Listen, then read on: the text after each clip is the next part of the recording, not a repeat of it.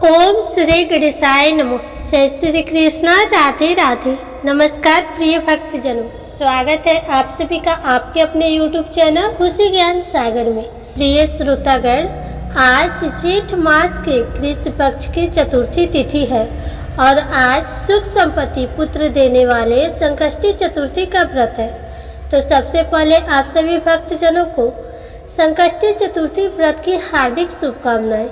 प्रिय श्रोतागण, आज के इस वीडियो में आप सभी श्रवण कीजिए संकष्टी चतुर्थी व्रत की संपूर्ण व्रत कथा। तो कथा को पूरा अवश्य सुनिएगा। कथा पसंद आए तो वीडियो को लाइक करके चैनल को सब्सक्राइब जरूर कीजिएगा। तो आइए श्री गणेश भगवान का ध्यान करते हुए कथा का श्रवण करते हैं। एक बार माता पार्वती ने भगवान श्री गणेश से पूछा, हे गजानन, इस संसार में बहुत से मनुष्य दीनहीन गरीबी में जीवन यापन कर रहे हैं, वे रोगों से पीड़ित हैं। आप कोई ऐसे व्रत का विधान बताओ जिसको करने से मनुष्य रोग मुक्त, धनवान तथा स्त्रियां सुहागिन रहे, परिवार में प्रेम बना रहे। माता के ऐसे वचन को सुनकर श्री गणेश भगवान बोले, हे माते, जेठ मास के शुक्ल पक्ष की चतुर्थी को एकदंत नाम से श्री गणेश की पूजा करनी चाहिए। इस व्रत को करने से भिखारी भी धनवान बन जाते हैं। अर्जुन के पूछने पर एक बार श्री कृष्ण ने भी यही कथा सुनाई थी जो मैं आपको आज सुनाता हूँ। सो हे जगत जननी माता अंबिका, इसे ध्यान से सुनो। प्राचीन काल में युवा नाशव नामक एक राजा थे। वे धर्मात्मा, उदार दाता, देवताओं एवं ब्राह्मणों का पूजक था। उस राजा के राज्य में विष्णु शर्मा नामक एक तपस्वी ब्राह्मण रहा करते थे। वे वेदांत एवं शास्त्रों के ज्ञाता थे। उनके 7 पुत्र थे जो सभी धन धान्य से संपन्न थे, परंतु पारस्परिक कलह के कारण सब अलग अलग होकर रहने लगे। विष्णु शर्मा प्रत्येक पुत्र के घर में क्रमशः एक एक दिन भोजन किया करते थे। बहुत दिन बीतने के बाद वे बूढ़े होकर कमजोर हो गए। वृद्धा अवस्था होने के कारण उनकी सभी बहुएं उनका अनादर करने लगी। सिर्फ एक बहू को छोड़कर वे तिरस्कृत होकर रोते रहते थे। एक समय की बात है कि विष्णु शर्मा श्री गणेश चतुर्थी व्रत रखकर अपनी बड़ी बहू के घर गए। उस ब्राह्मण ने कहा, हे बहू रानी, आज श्री गणेश का व्रत है, तुम पूजन की सामग्री जुटा दो। गणेश जी प्रसन्न होकर तुम्हें प्रचुर धन देंगे। अपने ससुर की बात सुनकर कर्कश स्वर में बोली, हे पिताजी, मुझे घर के कामों से कहीं फुर्सत नहीं मिलती, फिर उन झमेलों में पड़ने का कहाँ समय है। ससुर जी, आप हमेशा ही कोई न कोई नाटक रचते रहते हैं और आज गणेश जी का बहाना लेकर आप पहुँचे। मैं गणेश व्रत नहीं जानती हूँ और ना ही गणेश जी को ही, आप यहाँ से चले जाइए। इस प्रकार बड़ी बहू की झिझक सुनकर वे 5 बहुओं के पास बारी बारी से गए, परंतु सभी ने वैसे ही बात कही। सभी जगहों से अपमानित होकर वह कृषकाय ब्राह्मण बहुत ही दुखी हुआ। इसके बाद वह छोटी बहू के घर जाकर बैठ गया। बाकी के 6 बेटे तो धनवान थे, लेकिन छोटी बहू बहुत ही निर्धन थी। वह ब्राह्मण संकोच में पड़कर कहने लगा, अरे बहू रानी, अब मैं कहाँ जाऊँ। 6 बहुओं ने फटकार दिया, तुम्हारे यहाँ तो व्रत सामग्री एकत्रित करने का कोई साधन नहीं दिखाई दे रहा। मैं स्वयं बहुत ही वृद्ध हूँ। हे कल्याणी बहू, मैं बार बार सोचता हूँ कि इस व्रत में सिद्धि मिलेगी, सभी कष्ट का अंत होगा। अपने ससुर की बात सुनकर छोटी बहू कहने लगी। बहू ने कहा, हे पिताजी, आप इतने दुखी क्यों हो रहे हैं। आप अपनी इच्छा के अनुसार व्रत कीजिए, मैं भी आपके साथ संकटनाशक व्रत को करूँगी। इससे हमारे दुखों का निवारण होगा। इतना कहकर छोटी बहू घर के बाहर जाकर भिक्षा मांगकर ले आई और अपने ससुर के लिए अलग अलग लड्डू बनाए। चंदन, फूल, फल, दीप, अक्षत, नैवेद्य और तालू उसने सब अलग अलग करके ससुर के साथ पूजन किया। पूजन के बाद उसने ससुर को सम्मान पूर्वक भोजन कराया और भोजन के अभाव में स्वयं भी न खाकर निराहार रही। गणेश जी बोले, हे देवी, अर्धरात्रि के बाद उसके ससुर विष्णु शर्मा को उल्टी और दस्त होने लगी। छोटी बहू ने मलमूत्र से खराब हुए कपड़े को साफ करके अपने ससुर के शरीर को धोया और पोंछा। वह पूरी रात बिना कुछ खाए पिए जागती रही। व्रत के दौरान रात्रि में चंद्रोदय पर स्नान कर फिर से श्री गणेश जी का पूजन किया। विपरीत परिस्थिति में भी अपना धैर्य नहीं खोया। पूजा और ससुर की सेवा दोनों श्रद्धा भाव से करती रही। वह छोटी बहू शोक करने लगी कि मुझ अभागिन के कारण आपकी ऐसी दशा क्यों हुई। हे पिताजी, रात को अब मैं कहाँ जाऊँ? मुझे आप कोई उपाय बताएं। रात भर विलाप करने के कारण अनजाने में ही उसका जागरण भी हो गया और फिर सुबह होते ही छोटी बहू देखती है कि उसके घर में हीरा, मोती और मणियों का ढेर पड़ा है, जिससे उसका घर प्रकाशित हो रहा है। अब उसके ससुर का दस्त और उल्टी भी बंद हो चुका था। आश्चर्य में पड़कर वह अपने ससुर से पूछने लगी, यह क्या बात है? यह संपत्ति किसकी है और इतना सारा धन मेरे घर कहाँ से आ गए? हे पिताजी, क्या कोई हम लोगों को चोरी में फंसाने के उद्देश्य से तो घर में नहीं डाल गया? बहू की बात सुनकर ब्राह्मण कहने लगा, हे कल्याणी, यह सब तुम्हारी श्रद्धा का फल है। तुम्हारे भक्ति से गणेश जी तुम पर प्रसन्न हो गए हैं। इस व्रत के प्रभाव से ही गणेश जी ने तुम्हें इतनी संपत्ति दे दी है। बहू कहने लगी, हे पिताजी, आप धन्य हैं। आपकी कृपा से श्री गणेश जी प्रसन्न हुए हैं। मेरी दरिद्रता दूर हुई। घर में अतुल्य संपत्ति। इस प्रकार वह ससुर से बार बार कहने लगी। अब छोटी बहू के घर में अपार संपत्ति देखकर अन्य सभी बहुओं के क्रोध की सीमा न रही। उन्होंने कहा, हे बूढ़े, अपने संपूर्ण संचित धन को दे डाला। बहुओं के पारस्परिक कलह को देखकर विष्णु शर्मा डर कर कहने लगे कि इसमें मेरा कोई दोष नहीं है। केवल इस व्रत के प्रभाव से श्री गणेश जी प्रसन्न होकर छोटी बहू को दिए हैं। श्री गणेश जी ने कुबेर जैसी संपत्ति प्रदान की है। हे बहुओं, मैंने पहले तुम्हारे घर जाकर तुमसे अनुरोध किया था, परंतु तुम लोगों ने मुझे दुत्कार दिया। छोटी बहू ने भिक्षा मांगकर पूजन की सामग्री जुटाई। इसके करने से गणेश जी प्रसन्न होकर संपत्ति प्रदान किए हैं। श्री गणेश जी आगे कहते हैं, हे गिरि राजकुमारी, उस ब्राह्मण के 6 पुत्र दरिद्र, रोगी और दुखी हो गए। केवल छोटा पुत्र ही इंद्र के समान भाग्यशाली बन गया, क्योंकि उन 6 पुत्रों ने पिता का अनादर किया था, साथ ही गणेश भगवान का भी अपमान किया था। अब इन बातों का उन्हें पछतावा होने लगा। वे आपस में होड़ करते हुए गणेश चतुर्थी का व्रत करने लगे। इस व्रत को करने से वह सब भी क्रमशः धनवान बन गए।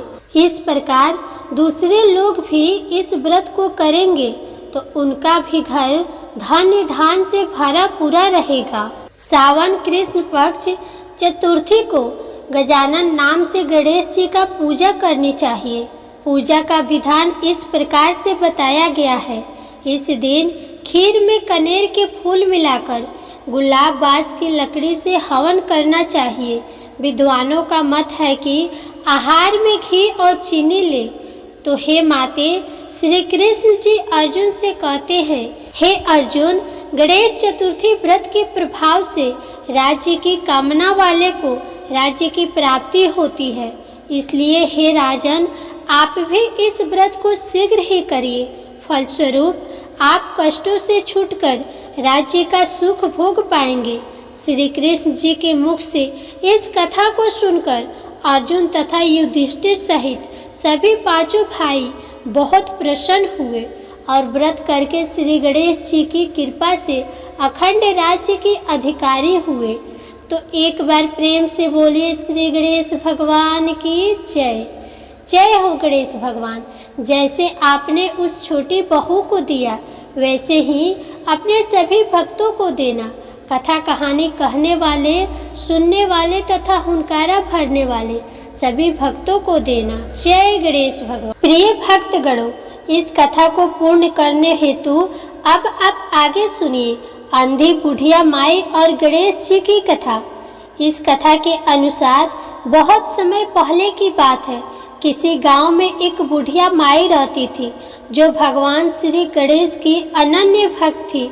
उनका रोजाना का नियम था कि श्री गणेश जी की पूजा करती थी और उसके बाद ही भोजन ग्रहण किया करती थी।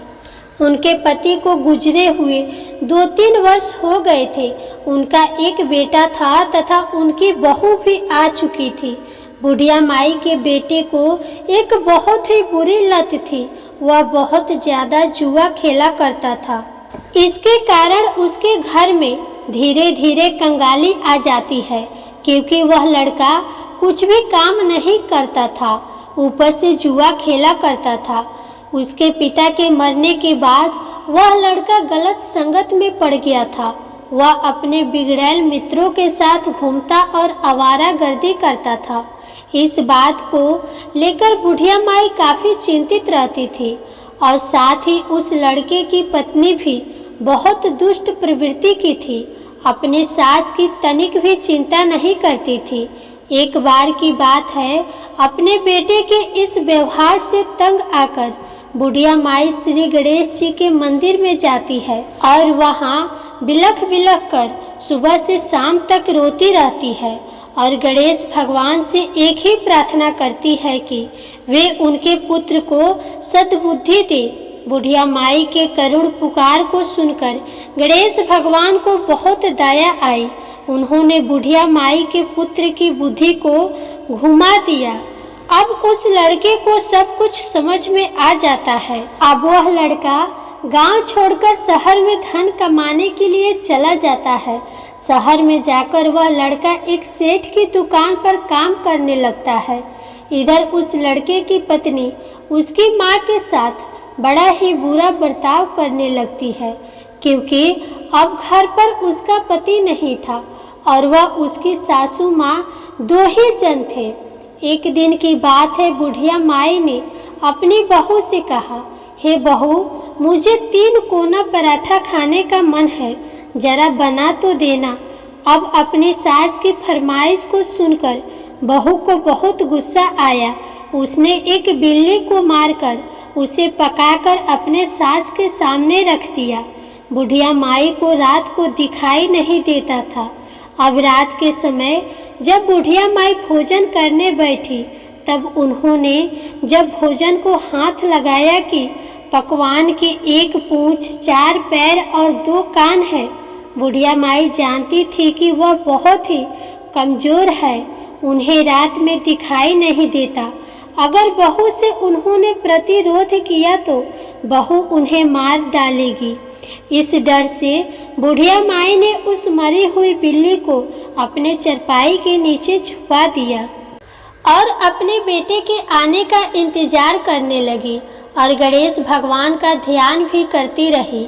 भगवान श्री गणेश की कृपा से एक दिन बाद ही बुढ़िया माई का बेटा अपनी माँ से मिलने के लिए घर चला आता है। लड़का जब अपने घर आता है तो देखता है कि उसकी पत्नी खाना बना रही थी। अचानक अपने पति को आया देखकर वह घबरा गई और कहने लगी, आपने हमें बताया नहीं कि आप घर आ रहे हैं। फिर वह कहता है कि जल्दी में मैं खत लिखना भूल गया और मुझे माँ की बहुत याद आ रही थी, इसलिए मैं तुरंत ही उनसे मिलने के लिए छुट्टी लेकर चला आया हूँ।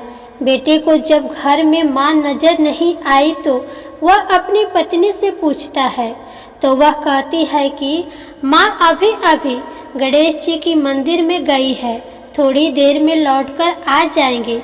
इंतजार करते करते जब माँ लौटकर घर आती है, उस समय संध्या का समय हो चुका था और उस बुढ़िया माई को दिखना भी बंद हो गया था। अपनी माँ को देखते ही वह बेटा अपनी माँ के चरणों में गिर पड़ता है। तब बुढ़िया माई ने बहू की नज़र बचाते हुए उस बिल्ली के मरे हुए पकवान को अपने बेटे को दिखाते हुए कहा, बेटा जरा इसे देखना तो सही, क्या पराठे के 2 कान, 4 पैर, 1 पूँछ होते हैं? यही तुम्हारी पत्नी ने मुझे खाने को दिया था। मैंने उसे कहा कि मुझे पराठे बना के दो, तो उसने मुझे मरी हुई बिल्ली बनाकर दे दी, तो उसने मुझे मरी हुई बिल्ली बनाकर दे दिया। यह देखकर बेटा बहुत ही गुस्सा हुआ और अपनी पत्नी को बुलाकर उसे दिखाता है। यह देखकर पत्नी भी बड़ी शर्मिंदा होती है। अपनी पत्नी के इस कुकृत कर्मों को देखकर बेटे ने उसे घर से बाहर निकाल दिया। अब इसी तरह एक दिन गणेश चतुर्थी का व्रत आया। बुढ़िया माई ने गणेश चतुर्थी का व्रत किया। बुढ़िया माई के निरंतर भक्ति से प्रसन्न होकर श्री गणेश ने उन्हें दर्शन दिया और कहा, हे बुढ़िया माई, तुझे क्या चाहिए? जो चाहिए वो मांग। बुढ़िया माई ने कहा, हे गणेश जी भगवान, मुझे आंखें दो और बहू को सद्बुद्धि दो और मेरे बेटे का भरा पूरा परिवार दो। भगवान श्री गणेश बुढ़िया माई के एक ही वचन में ऐसा सुनकर बड़ा ही प्रसन्न होते हैं और बुढ़िया माई को उनकी आंखें वापस कर देते हैं। अब बुढ़िया माई को दिन के साथ रात्रि में भी अच्छे से दिखाई देने लगा और बहू को भी सद्बुद्धि आ जाती है। बहू भी अपने पति से क्षमा याचना करती है। बेटा भी बुढ़िया माई के कहने पर बहू को क्षमा कर देता है। इस प्रकार से बुढ़िया माई के बहू बेटे सुखी पूर्वक जीवन व्यतीत करने लगते हैं और भगवान श्री गणेश की कृपा से उनके घर में अपार धन दौलत आ जाती है। कुछ महीनों पश्चात बुढ़िया माई दादी भी बन जाती है। हे गणेश भगवान, आपने जैसे बुढ़िया माई को सब कुछ दिया, उनके परिवार में सुख समृद्धि दी, धन वैभव दिया, वैसे ही आप अपने सभी भक्तों को देना। ओम नमः शिवाय। जय श्री गणेशाय नमः। प्रिय श्रोतागण, अब आप आगे सुनिए गणेश भगवान की सुख सौभाग्य देने वाली कथा। किसी नगर में एक बुढ़िया माई रहा करती थी। उनका एक बेटा था। बुढ़िया माई 12 मासी गणेश चौथ का व्रत किया करती थी। वह बुढ़िया माई हर चौथ के व्रत में शहर जाकर अपनी आर्थिक स्थिति के अनुसार बनिए की दुकान से थोड़ा सा घी, गुड़ और तिल घर लाती थी और 4 लड्डू बनाती थी। 4 लड्डुओं में से वह बुढ़िया माई एक लड्डू से पूजा करती थी, एक लड्डू हथकार के लिए निकालती थी, एक से वह चंद्रमा के दर्शन करके स्वयं खा लेती थी और एक अपने बेटे के लिए रख देती थी। एक बार की बात है, उनका बेटा अपनी ताई अर्थात अपनी बड़ी माँ से मिलने के लिए उनके घर पहुंचा तो उसने देखा कि उसकी बड़ी माँ ने चौथ का व्रत रखा हुआ था। उत्सुकता से लड़के ने पूछा कि ताई जी, मेरी माँ तो 12 चौथ का व्रत करती है। इस पर उसकी ताई ने बोला कि तेरी माँ तो तेरी कमाई खाने के लिए ये व्रत रखती है। लड़के ने सोचा कि ताई सच कह रही है, वह बुढ़िया लड्डू खाने के लिए व्रत रखती है। लड़के के दिमाग में नकारात्मक विचार घर कर गए। अब वह लड़का घर आता है तो उसने देखा कि उसकी माँ तो तिल का लड्डू बना रही है। तो उसने सोचा कि ताई जी तो सही कह रही थी, मेरी माँ तो लड्डू खाने के लिए ही व्रत रखती है, यह झूठ मूठ का व्रत रखती है। घर आकर लड़के ने अपनी माँ से बोला कि माँ, मैं शहर जा रहा हूँ कमाने के लिए। यहाँ जब कमाता हूँ तो तुम मेरी सारी कमाई खा लेती हो। इस पर माँ ने उसे बहुत समझाया और उसे शहर जाने से मना भी किया। उस बुढ़िया माँ की लाख मनाने पर भी वह नहीं माना। इसलिए उसकी माँ ने साथ ले जाने के लिए उस तिल के लड्डू को दे दिया और कहा, बेटा यह तिल का लड्डू मुसीबत में तुम्हारे काम आएंगे, तो तू चौथ माता का, गणेश भगवान का ध्यान करना, तेरे सारे मुसीबत टल जाएंगे। लड़के ने कहा, माँ ठीक है, यदि तू सच्चा व्रत करती है तो मेरे ऊपर आया सभी संकट टल जाएंगे, यदि नहीं तो मैं संकट में फंस जाऊंगा। शहर जाते समय एक बूढ़ी माँ दिखी। लड़के ने ध्यान से देखा कि बुढ़िया रोती हुई दिखाई दी और साथ में पुए भी बना रही थी, रो भी रही थी और पुए भी बना रही थी। लड़के ने उस बूढ़ी माँ के पास जाकर उसके ऐसा करने का कारण पूछा। बूढ़ी माँ ने जवाब दिया, बेटा इस नगर के पहाड़ी पर एक बहुत बड़ा राक्षस रहता है। पहले तो वह खाने के लिए इस नगर के लोगों को मार दिया करता था। उसके इस अत्याचार को रोकने के लिए नगर में एक व्यवस्था की गई कि हर घर से एक आदमी को दैत्य के पास भेजा जाएगा और आज मेरे बेटे की बारी है, इसलिए रो रही हूँ और उसी के लिए पुए बना रही हूँ। उस लड़के ने कहा, हे माँ, तुम यह खीर पुए मुझे खिला दो, तुम्हारे बेटे की जगह उस राक्षस के पास मैं चला जाऊंगा। बूढ़ी माँ ने लड़के की बात स्वीकार कर ली। लड़के ने खीर पुए बड़े चाव से खाए और खाकर आराम से सो गया। सोते सोते उसे शाम हो गई। शाम को बूढ़ी माँ के पास राजा के सैनिक आए और कहा कि कहाँ है तुम्हारा बेटा। बूढ़ी माँ ने लड़के से कहा, बेटा राजा के सैनिक तुम्हें राक्षस के पास ले जाने के लिए आए हैं। वह लड़का खुशी से सैनिक के साथ दैत्य के पास चला गया। उस राक्षस के पास जाकर उसने देखा कि राक्षस तो बहुत भयानक है। अपनी जान बचाने के लिए इधर उधर भागने लगा और माँ माँ चिल्लाने लगा। इतने में ही उसे याद आया कि उसकी माँ ने उसे चौथ माता के तिल के लड्डू दिए थे और कहा था कि मुसीबत में यह तुम्हारे काम आएंगे। उस लड़के ने चौथ माता वाले तिल के लड्डू को निकाले और उस राक्षस के सामने रखकर कहने लगा, हे चौथ माता, हे गणेश भगवान, अगर मेरी माँ सच्चे दिल से मेरी सलामती के लिए व्रत रखती है तो राक्षस का सर कटकर जमीन पर गिर जाए। प्रिय भक्तगण, यह तो चौथ माता और गणेश भगवान का चमत्कार है कि उसका यह वचन कहते ही उस राक्षस का सर कटकर नीचे गिर गया। लड़का सही सलामत वापस आ गया। वापस आते देख उसे राजा ने अपने दरबार में बुलाया और बहुत से उपहार देकर उसे विदा किया। लड़का अपने रास्ते पर आगे बढ़ता चला गया। चलते चलते कुछ समय बाद वह दूसरे राज्य में पहुंचा। उस राज्य में एक प्रथा चलती थी कि बर्तनों के आवे को पकाने के लिए एक इंसान की बलि दी जाती थी। राज्य से आते देख सैनिकों ने उसे पकड़ लिया और आवे में चुनवा दिया और आवे को पकाने लगे। लड़के ने फिर से चौथ माता के तिल के लड्डू को निकाले और बोला, हे चौथ माता, हे गणेश भगवान, अगर मेरी माँ मेरे लिए बिना किसी स्वार्थ के व्रत रखती है तो आवा पकने पर मेरी मौत ना हो। लड़के के ये शब्द बोलते ही आवा पकने पर लड़के की मृत्यु नहीं हुई। जब आवे से बर्तन निकलने लगे तो आवे से मिट्टी के बर्तन के बजाय सोने और चांदी के बर्तन निकलने लगे और लड़के ने अंदर से कहा, बर्तन आराम से निकालना, कहीं मुझे लग न जाए। यह सुनकर बर्तन निकालने वाले आश्चर्यचकित हो गए और उसे आवे से बाहर निकालकर राजा के दरबार में ले गए। राजा भी आश्चर्यचकित था। राजा ने लड़के से पूछा, राजा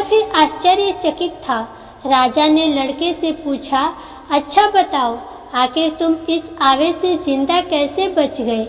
लड़के ने जवाब दिया कि मेरी माँ मेरे लिए चौथ के 12 महीने व्रत रखती है, इसलिए चौथ माता की कृपा से, गणेश भगवान के आशीर्वाद से मैं इस आवेश से सही सलामत वापस निकल आया हूँ।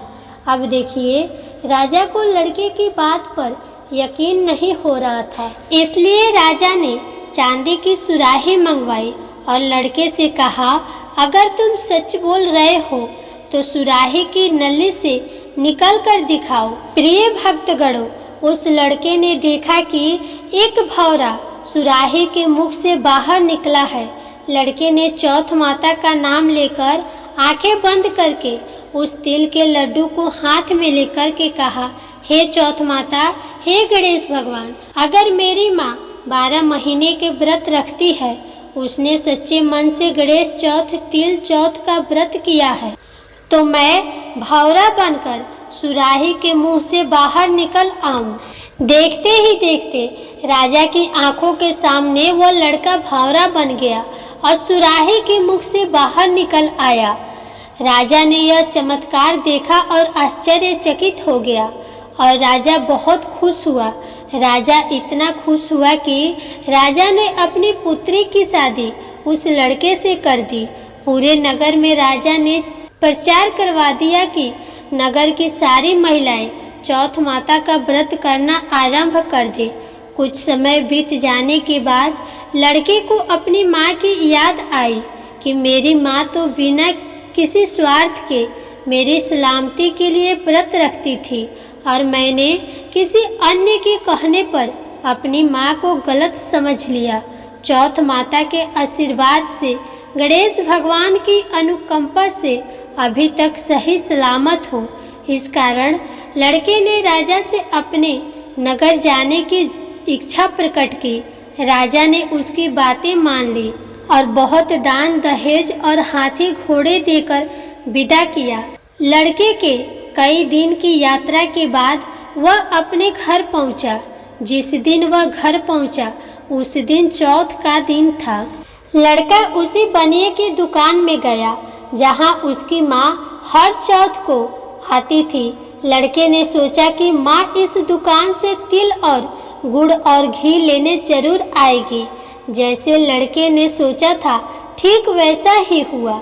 हाथ में लाठी लिए हुए उसकी माँ रास्ते में आती हुई दिखाई दी। उसकी माँ की उम्र बहुत अधिक होने के कारण उन्हें दिखना कम हो गया था। लड़का उसकी लाठी से पैर मारकर और जानबूझकर उसके पुत्र के बारे में अपशब्द कहने लगा। उसकी बूढ़ी माँ ने कहा, भले ही मुझे गाली दे दो पर मेरे पुत्र को कुछ मत कहना। माँ के यह शब्द सुनकर बेटा उनके पैरों में गिर पड़ा और कहने लगा, माँ, मैं तुम्हारा ही बेटा हूँ, मुझे माफ़ कर दो। माँ ने उसे पहचाना और गले लगा लिया, पर उसका बेटा इतनी धन दौलत के साथ वापस आया था, इसलिए नगर के वासियों ने विश्वास नहीं किया कि वह उसका ही बेटा है।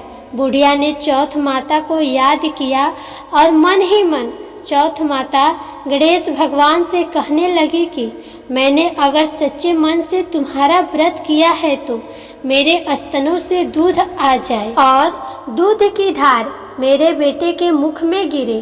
प्रिय भक्तगणों, चौथ माता की चमत्कार से बिल्कुल ऐसा ही हुआ। दूध की धार उसके बेटे के मुख में गिरने लगी। सभी लोग देखकर हक्के बक्के हो गए। उन्हें यकीन हो गया कि ये उन्हीं का बेटा है और चौथ माता गणेश भगवान की जय जयकार करने लगे। नगर के सभी लोग चौथ माता का व्रत हर महीने रखने लगे। तो बोलिए श्री गणेश भगवान की जय, चौथ माता की जय। जय श्री कृष्णा, राधे राधे। प्रिय श्रोतागण, संकष्टी चतुर्थी व्रत की कथा आपको कैसी लगी कमेंट बॉक्स में जरूर बताइएगा। वीडियो को लाइक कीजिएगा, शेयर कीजिएगा और अगर आप हमारे चैनल पर नए हैं तो प्लीज़ चैनल को सब्सक्राइब भी कर दीजिएगा। फिर मिलेंगे अगली वीडियो में।